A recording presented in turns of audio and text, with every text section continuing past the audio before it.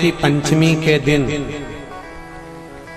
देवाधिदेव महादेव पर चढ़ाई गई शमी पत्र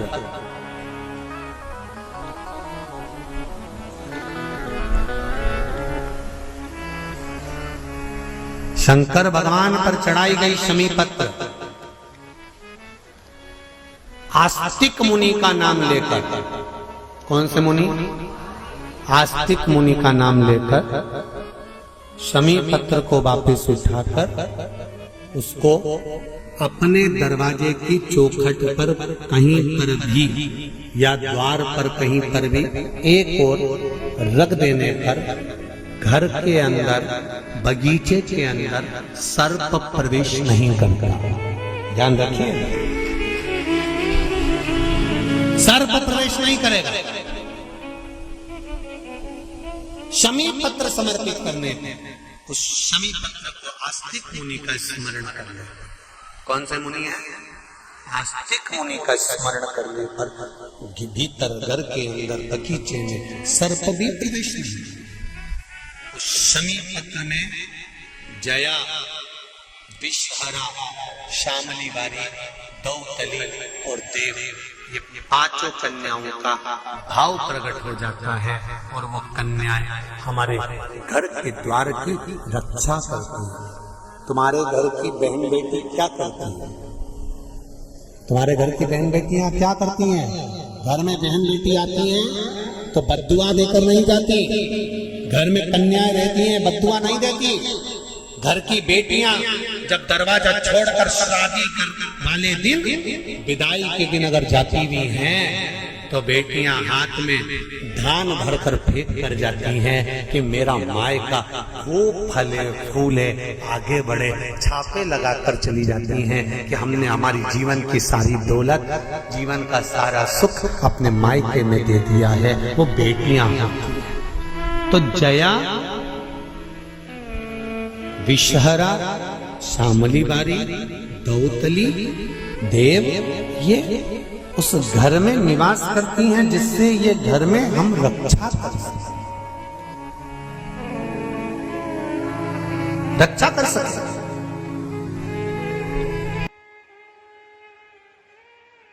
84 लाख योनियों में केवल एक मनुष्य की योनि है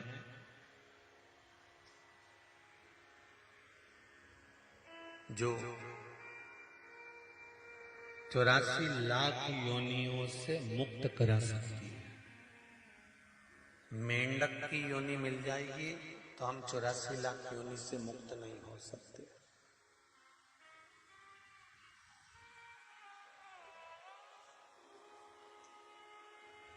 कवर बिज्जू बन गए तो भी हम 84 लाख योनि से मुक्त नहीं हो सकते।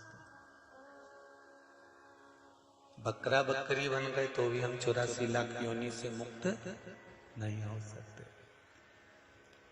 सुंगरा सुंगरी बन गए तो भी हम 84 लाख योनि से मुक्त नहीं हो सकते। होंगे क्या? नहीं।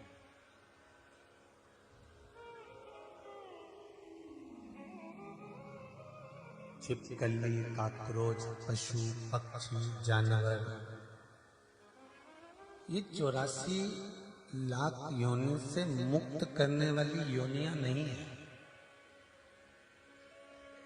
पर 84 लाख योनियों से मुक्त करने वाली योनि केवल एक है, वो है मनुष्य का शरीर, मानव की देह। आत्मा हम में भी है, आत्मा उनमें भी है, मन हमारा भी है, मन उनका भी है, पर 84 लाख योनियों से मुक्त करने के लिए केवल एक मनुष्य का शरीर।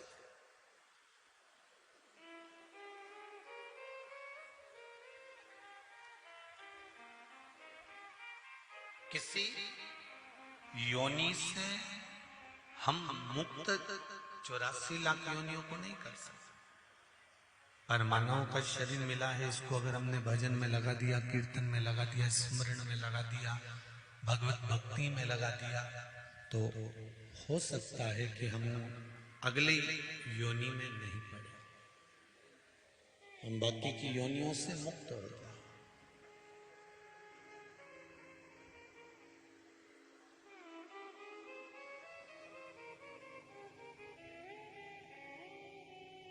वो कहते हैं ना, तेरे संग चले ना कोड़ी रे,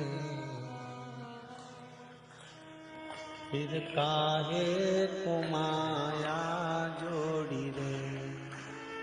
महाराज, अंतिम बिंदु में जब हम जाएंगे, हमारे साथ में कोई कोड़ी, कोई धन, कोई पैसा, कोई कपड़े, अलमारी में रखे हुए अच्छे अच्छे सूट, हेट, बूट, कुछ भी नहीं जाएगा। ना हेट जाएगा, ना बूट जाएगा, ना सूट जाएगा।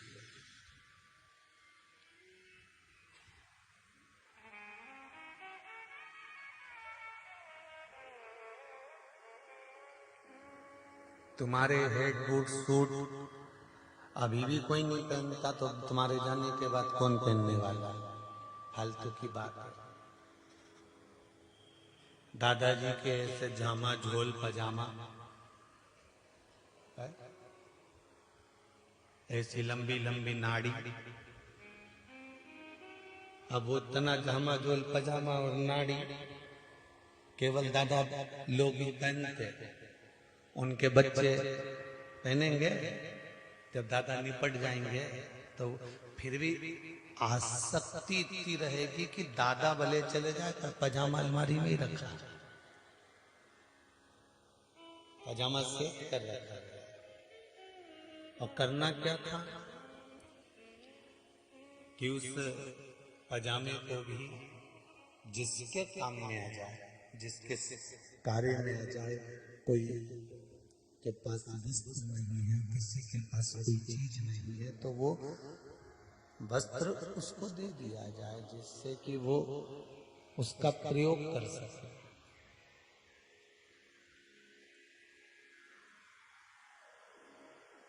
केवल और केवल एक मनुष्य की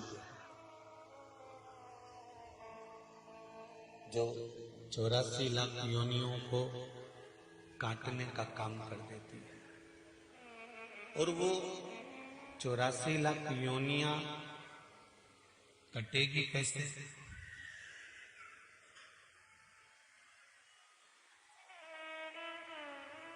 वो 84 लाख योनियां कैसे कटेगी? कि कलयुग केवल नाम आधारा, सोमर सोमर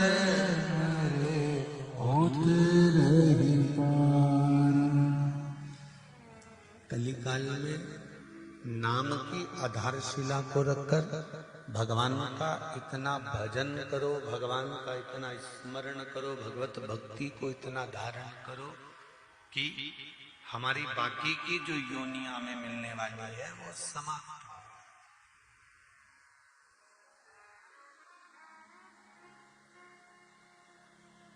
किसी किसी का मनुष्य देह प्राप्त होने के बाद दूसरा देह मिलता ही नहीं।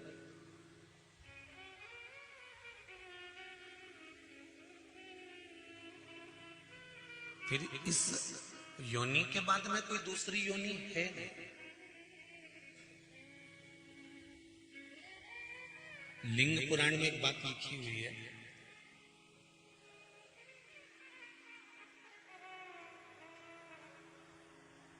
अय्यप्पा स्वामी, कार्तिकेय, षडानंद, स्कंद देव, भगवान कार्तिकेय ने अपनी माता से पूछा, मां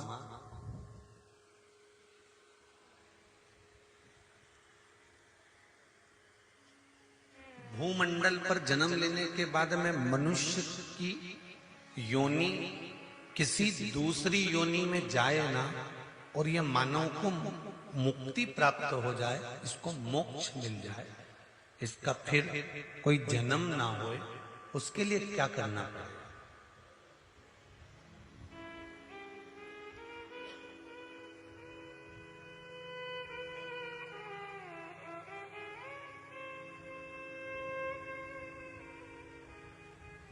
शिव चरित्र, काशी से जो एक पुस्तक निकलती है शिव चरित्र, कि एक बेलपत्र के नहीं जाओगे कभी डॉक्टर के पास, आप शंकर का भजन तो करो,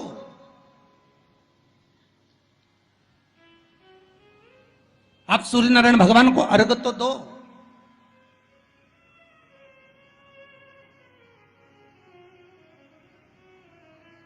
आप एक बेलपत्र शंकर को समर्पित तो करो। जिस बेलपत्र को आप वृक्ष पे से तोड़कर या बाजार में से 5 रुपए की खरीद कर लेकर शंकर भगवान को चढ़ा देते हो, शिव जी के पास जो पहुंच गई, जो अर्पण कर दिया जाता है, भगवान को दे दिया जाता है, वही तो प्रसाद बन जाता है। अरे बोलो जम के। जो शिव जी को दे दिया जाता है, अर्पण कर दिया जाता है, या राम जी को दे दिया जाए, या कृष्ण भगवान को दे दिया जाए, या देवी देवताओं को दे दिया जाए, जो भी हम भगवान को अर्पण करते हैं वो प्रसाद बनता है कि नहीं बनता? अरे बोलो जम के। बनता है ना प्रसाद। तो राम जी को तुमने लड्डू का भोग लगाया तो वो प्रसाद बन गया, उसको तुम लोगों ने खाया कि नहीं खाया? अरे बोलो जम के। खाया। हनुमान जी के मंदिर में ले जाके नारियल फोड़ा, वो प्रसाद बन गया। वो की चिटक निकाल निकाल के तुमने खाई कि नहीं खाई? खाई ना। देवी जी के मंदिर में गए, पूड़ी और हलवे का भोग लगाया, वो प्रसाद बना कि नहीं बना? अब शंकर भगवान को कोई तुम रोज तो चूरमा नहीं लगाओगे, शंकर भगवान को रोज तो तुम लड्डू लेकर नहीं जाओगे, शंकर भगवान को रोज तो तुम मिश्री लेकर नहीं जाओगे, तो शंकर भगवान के लिए रोज क्या लेकर जाते हो? बेलपत्र। अगर शिव जी को तुमने जो बेलपत्र चढ़ाया तो वो प्रसाद बना कि नहीं बना? बन गया ना। अब प्रसाद बन गया तो उस बेलपत्र को उठाकर लाकर खाना और खाकर अपनी औषधि के रूप में उसको स्वीकार करना, उसके बाद इस शरीर में चाहे शुगर हो, चाहे बीपी हो, चाहे ब्लड प्रेशर किसी भी रूप में हो, चाहे किडनी, लीवर कुछ भी डैमेज हो रहा हो, डायलिसिस चल रहा हो, अब एक बार बाबा को चढ़ाकर उससे विनती कर कर तो लाओ कि हे शंभु, ये तेरे बल पर लेकर जा रहा हूं। मैंने सुना है तुझ पर जो चढ़ता है वो प्रसाद बन जाता है, और ये त्रिगुणाकार बेलपत्र को मैं लेकर जा रहा हूं, मैं खाऊं, और बाबा इतनी कृपा कर देना कि ये औषधि का काम कर दे और मेरी बीमारियां समाप्त कर दे। ये शिव से कहो।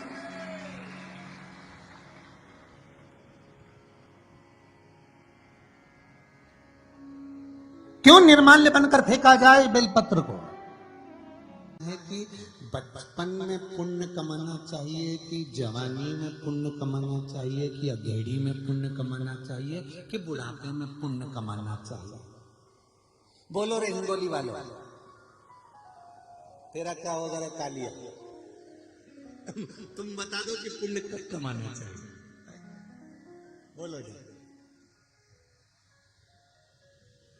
बचपन में पुण्य कमाना चाहिए, कि जवानी में पुण्य कमाना चाहिए, कि अधेड़ी में पुण्य कमाना चाहिए, कि बुढ़ापे में पुण्य कमाना चाहिए? शिव महापुराण की कथा कहती है, जवानी में जो तुमने पुण्य कमाया है तो वो पुण्य तुम्हारा जवान की जवान बना रहेगा, तुम समय तक चलता रहेगा।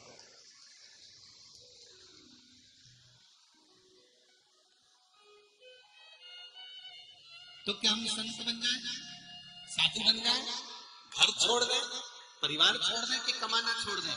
कुछ मत छोड़ो, घर में रहो, परिवार में रहो, कुटुंब में रहो, रिश्तेदारों में रहो, पूरे परिवार में रहो, खूब दिल से तुम कमाई करो, दुकान जाओ, व्यापार करो, व्यवसाय करो, कर्म करना है पूर्ण कर, पर उस काम के साथ में थोड़ा सा भगवान का भजन करते चलो, तो वो जवानी का पुण्य तेरे अंतिम समय तक काम आ जाएगा। जवानी का पुण्य। अब किसी के मन में आएगा कि गुरुजी तुम कैसे कह सकते हो कि जवानी का पुण्य अंतिम समय तक काम आएगा? तुम किस शर्त पर कर सकते हो? तो घर में जितनी बुजुर्ग माताएं हैं, घर में जितने बुजुर्ग भाई हैं, इनसे पूछ लेना, जवानी का खाया आखिरी तक काम आता है। कई कई जवान जवान बहुओं के बाल धोले पड़ गए और डोकरी उनके देखो तो अभी इनने जो पूर्व समय का खाया, बोलो सही है कि गलत है? ये जितनी वारकरी संप्रदाय की जितनी यात्रा निकलती है ना पांडुरंगा विठल के नाथ जाने के लिए, जितनी भी मेरे निकले, जितनी यात्रा निकले, इसमें जवान माताएं या युवान बहन भाई तो बहुत कम रहते हैं, सब डोकरा डोकरी रहे। तो कई लोग इनको देख के आश्चर्य करते हैं कि बताओ 75 साल की, 50 साल की, 40, अभी कथा थी पगली बैजनाथ में, एक 75 साल की माँ 7 दिन तक एक जगह पर खड़े होकर कथा सुनती रही। आपने टीवी पर भी देखा होगा उसका। 75 वर्ष की आई, तो मन में ये भाव आता है कि ये इतनी एनर्जी लाती कहां से? कई कई बहुओं के मन में टेंशन रहता है, मेरी तो अभी 32 साल की उम्र है, 42 साल की है, हमारी सासू तो 70 साल की, तो भी पूरा काम कर ले, उसकी आंख से बीन ले, उसकी आंखें भगवान ने ऐसी बना के भेजी है, भगवान जाने मेरी सास की आंख जरा सी देर में देखने की क्या गड़बड़ है, इतनी एनर्जी कहां से आई? तो के ये साधारण नहीं है, जो घी पहले खाया है वो बुढ़ापे में दिख रहा है, बुढ़ापे में दिख रहा है। तो यही शिव महापुराण की कथा कहती है कि बचपन का पुण्य, जवानी का पुण्य, अधेड़ी का पुण्य, कि बुढ़ापे का पुण्य, कहाँ का पुण्य काम आएगा? तो कहा जवानी में परिवार के साथ रहो, कुटुंब के साथ रहो, बच्चों के साथ रहो, पत्नी कुटुंब परिवार के साथ में रहो, और उनके साथ रहते रहते भगवान का भजन करते चलो, तो ये अंत समय तक काम आएगा। जो किया वो अंतिम बिंदु तक काम। अब कई लोग चतुर लोग बैठे रहते हैं, अभी कोई उम्र है, अभी कोई उम्र है, बचपन जवानी कोई उम्र है, अभी तो कमाने की उम्र है, भजन की उम्र आएगी जब हम शिथिल हो जाएंगे, जब शिथिल हो जाएंगे, बुढ़े हो जाएंगे, तब भजन की उम्र आएगी। तो शिथिल तुम्हारी उम्र हो जाएगी तो पुण्य भी तो शिथिल हो जाएगा, पुण्य भी तो बुढ़ा होगा, पुण्य भी तो शिथिल होगा। तो जवानी में किया गया पुण्य का फल जो मिलता है उसका फल कोई काट नहीं सकता। इसलिए मेरा निवेदन है, बहुओं से भी है, बच्चों से भी है, और जितने जितने पंडाल में, शायद ऐसे और भी पंडाल और लगे, कितना लगा? हाँ, तो जितने लोग उस पंडाल में बैठे हैं और जितने लोग सोने की सीढ़ी पे चढ़ के बैठे हैं, सब ध्यान से सुन लो अच्छे से।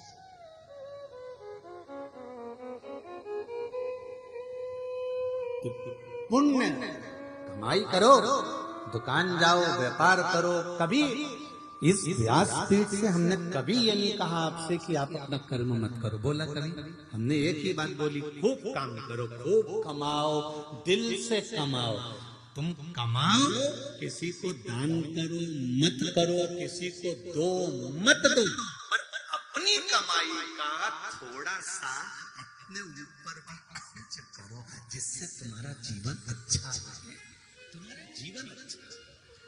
कमाया कमाया कमाया कमाया, आखिरी में यही छोड़ के चले गए। तुम गए, वो 12वें के दिन नुक्ती, पूरी और चने की सब्जी खा।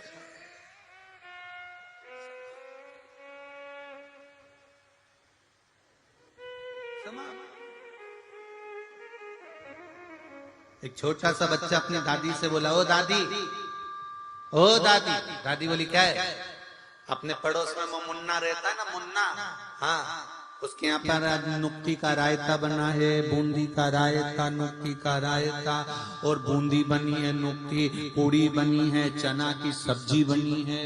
दादी उसके यहाँ पर सब कुछ बना है, मालूम है? इतने में दादी बोली, बेटा उसकी यहाँ तो आज बनेगा, क्योंकि उसकी दादी का आज 12वां है। इतने में बच्चा दादी का गाल पकड़कर बोला, अपने घर कब बनेगा? दादी ने एक घर से दिया, मेरे को मारने की प्लानिंग कर रहा, मुझे मारना चाहता।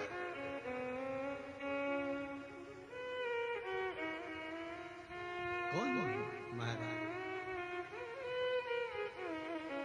झूठा है संसार हमने देख लिया, सब मतलब के यार हमने देख लिया। झूठे नाते झूठे रिश्ते, झूठे नाते झूठे रिश्ते, झूठा है संसार हमने देख लिया। किसी ने एक प्रश्न किया था, इन पर्चों में तो नहीं है पर भान में है, कि शिव की आराधना दक्षिण की ओर से बैठकर उत्तर की ओर करें, पूर्व की ओर से बैठकर पश्चिम की ओर करें, पश्चिम की ओर से बैठकर पूर्व की ओर करें, उत्तर की ओर से बैठकर दक्षिण की ओर करें। शिवलिंग तो चारों तरफ से गोल है, उसका फल क्या क्या? प्रश्न अच्छा है, प्रश्न बहुत अच्छा है। पूर्व से पश्चिम की ओर, पश्चिम से पूर्व की ओर। अगर मान लो शिवालय में आप जा रहे हैं, आपका मुख पूर्व की ओर है, आप शंकर जी की आराधना कर रहे हैं, तो वो भाग भगवान शंकर पार्वती जी के साथ स्वीकार करते हैं। आप जो मांग रहे हैं वो मिलेगा, प्राप्त होगा। आपका मुख अगर पश्चिम में आप जाकर बैठ रहे हैं और पूर्व का मुख है तो आपको मिल रहा है, और पूर्व से पश्चिम की ओर यदि आपका मुख है और आप भगवान को कुछ दे रहे हैं तो वहां शंकर पार्वती और गणेश का स्मरण चढ़ाओगे, मिलेगा। उत्तर से दक्षिण की ओर मुख कर बैठकर आप शिव की आराधना कर रहे हो, कार्तिकेय गणेश पार्वती शिव को प्राप्त कर रहे हो, आपका दिया गया भाग पितरों को भी प्राप्त होगा। पर जब हम दक्षिण में बैठकर उत्तर की ओर मुख कर भगवान शंकर की जब आराधना करते हैं तो केवल शंकर पार्वती या गणेश और कार्तिकेय नहीं, शंकर भगवान की अशोक सुंदरी, 5 कन्या जया, विषहरा, सामरी, वारी, गौतली देव और शंकर भगवान के जितने गण हैं और भगवान शंकर के दरवाजे पर रहने वाले द्वारपाल हैं, भगवान शंकर के उस जलाशय के सम्मुख में 33 कोटि जो देवता है, वो जब हम एक बेलपत्र भी अगर उत्तर की ओर मुख कर भगवान शिव को समर्पित करते हैं तो वो सारे देवताओं को स्वीकार हो जाती है और वो कार्य तुरंत सफल होता है। दिशा का भी मूल महत्व है पूजन में। जहां पानी बह रहा है, पानी जहां बह रहा है तो ये मान लो कि ये शिवलिंग है और ये पानी इधर बह रहा है, तो आप इधर बैठेंगे, इधर का पानी बह रहा है, इधर बैठकर इधर से आ रहा है। जब बहुत किसी चीज की जरूरत होती है और वो चीज नहीं होती, वो कर्म नहीं हो रहा, आपने बहुत प्रयास करा, तो कभी योग लग जाए कि अभी तक आपने शिव मंदिर में गए, पूजन अर्चना करी, आराधना करी, जल भी चढ़ाया और आपका कार्य नहीं बन रहा, तो आप दक्षिण में बैठकर उत्तर की ओर मुख कर भगवान शिव की आराधना करना चालू करो। 1 महीना कर देखो, करो आराधना शिव। हर हर महादेव, श्री शिवाय नमस्तुभम। पूजनीय गुरु जी द्वारा बताया गया 22 फरवरी फाल्गुनी रविवार पंचमी है। सम्मी पत्र का विशेष शिव महापुराणी कथा में उपाय बताए। कौन सी दिशा में बैठकर शिव जी की प्राप्ति होती है, पूजन होता है, धन संपदा के बारे में बताया गया। रविवार सूर्य अर्घ दे के विशेष कथा उपाय बताई गई। लक्ष्मी प्राप्ति और रोग से मुक्ति प्राप्त करने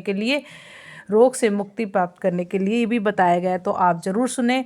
और यह वीडियो अच्छी लगी है तो लाइक शेयर करना बिल्कुल ना भूलें। हर हर महादेव।